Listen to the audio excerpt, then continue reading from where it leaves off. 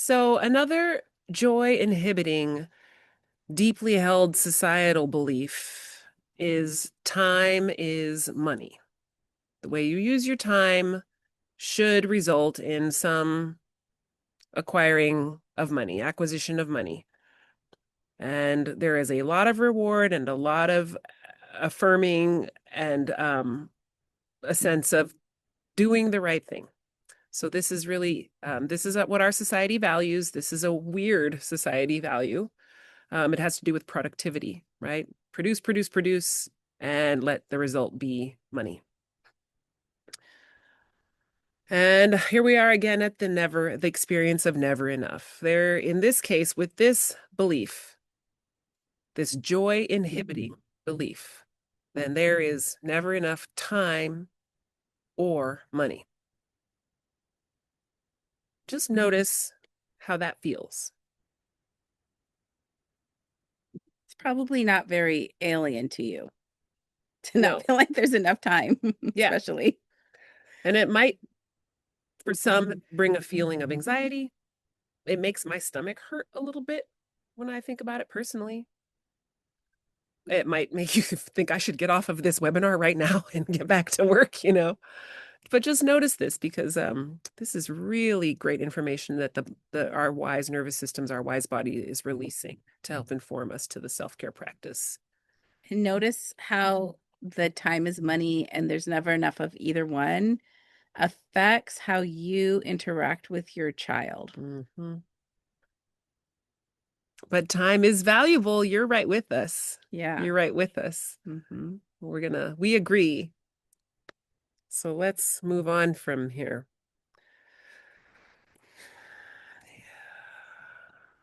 Put a Y in the chat if you feel like your body has to be in constant motion in order to spend your time legitimately.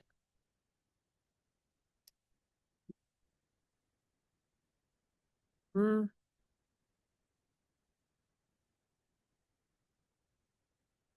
Right. yeah, they come. Yeah. Okay. People are relating. So the second joy generating paradigm is time is love, which is which is valuable, right? We're giving it value. We're placing value on our time. Time is love. We give time to the people we love. At best, in optimal situations, we give time to the people we love, the experiences we love, the places, the practices. We would typically humans desire to spend their time doing something that feels good to them, where our love is present. You can imagine the clash existing here between time is love versus time is money. So Natalie says, I have ADHD and doing things gives me a dopamine dip. Yeah, right. And so just notice that when you're doing things and you're getting your dopamine drip, when does it tip over into anxiety? Mm-hmm. And when does it stay in engagement and excitement or um, fun? Mm-hmm. By 8 a.m. By 8 a.m. Oh, that's real. I also personally get Yeah. a lot of great dopamine hits from doing things, but there are things I can do that I don't love.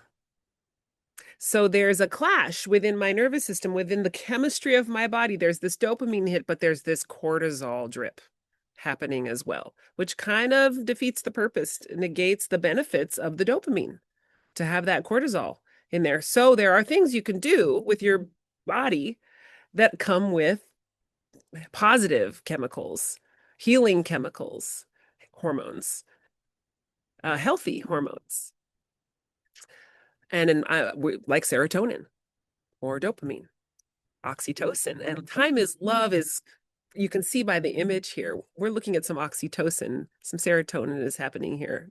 I'm sure that dopamine is in a good level at this point. Yeah, so yeah, but you say you're joking, but some people it's real. That's funny. It is funny, and it is real. Some people they get up at 5, and by 8, You ready for a nap? Or you don't love what you're doing anymore. So, when we approach children with urgency, we treat them as though they are not important. And this thinking comes from a kind of a slogan: when it's important, it's not urgent. And when it's urgent, it's not important. And the example that goes along with that is there are such thing as emergencies, right? Your child falls off of out of a tree and they break their arm, and as you respond with emergence, you get them in the car or do whatever you have to do, call in whoever you call and get them to the help that they need. So that's an emergency, and there's a quick response, and there's some rushing involved. There's some pretty intense chemicals involved, hormones involved too, a lot of cortisol, a lot of adrenaline. And afterwards you crash, right? Because that's intense. So that's fine. That's an appropriate place to move that way. Then the surgeon comes out and has the same energy. They're rushing, they're going quickly, they're acting like it's emergency. No, no, no, wait a minute, slow down. You're about to repair my child's arm. Now we need to treat it like it's important. Now we need to slow down, take some time, be thoughtful, proceed with awareness. So when it's urgent, when we treat children with urgency, we're treating them like we're not important. They're not important. We're not giving them time. We don't create space for curiosity and discovery, for questions, and for in terms of children, for processing, because children process things much, much more slowly than we do. We rush them through that. We rush them through their natural processing pace.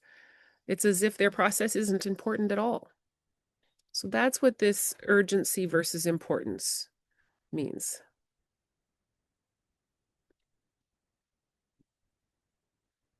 How does it feel to imagine slowing down? We're looking for our cursor. Yeah, thank you. How does it feel to imagine slowing down? In the chat, please rate the feeling from 1 to 10, with 1 being you panic when you think about slowing down, and 10 being there's a sense of total peace. Total peace. We have Could just be based on your nervous system state right now. Right, sure. Yeah, it could change from time to time. It will change every day. We have a 3, 5, a 7, an 8, a 5. Yeah, No panicking. that's cool. A little bit of permission there.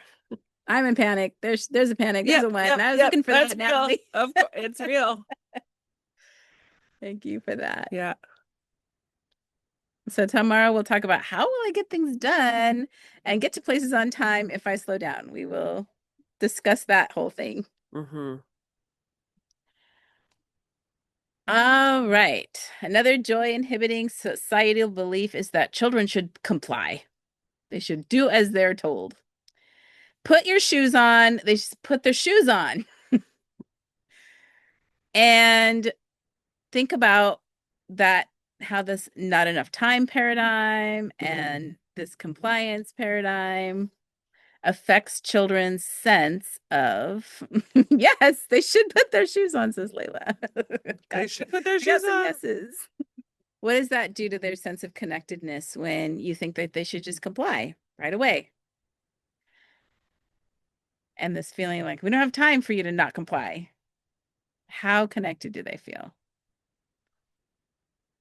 We might think, well, they can feel connected at bedtime.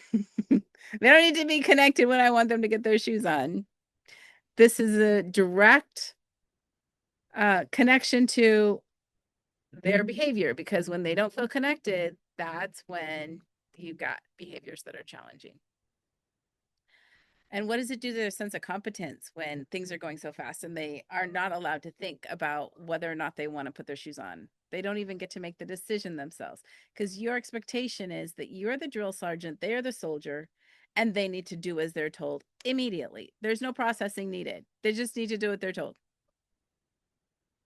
What does that do to their sense of competence? And of course, autonomy.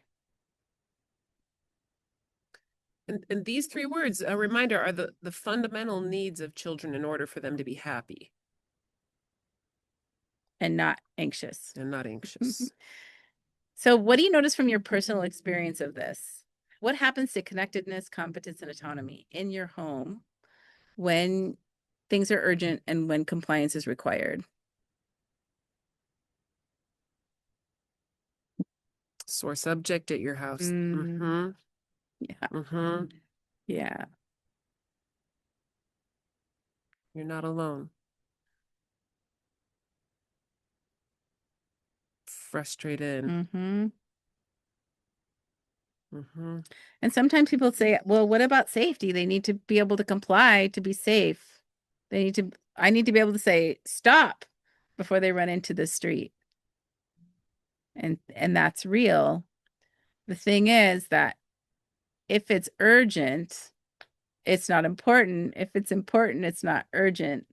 So it's like if they're going to run the street, are you really going to rely on a stop? Are you going to rely on their ability to comply, especially if you notice that they don't? It's their wiring. Children are not wired to obey. That's not how we raise them as hunter-gatherers for 95% of their evolution. They are wired to cooperate. They are wired to be able to think. And so it's on us if it's safety about it. If it's about safety, it's on us to physically get in there.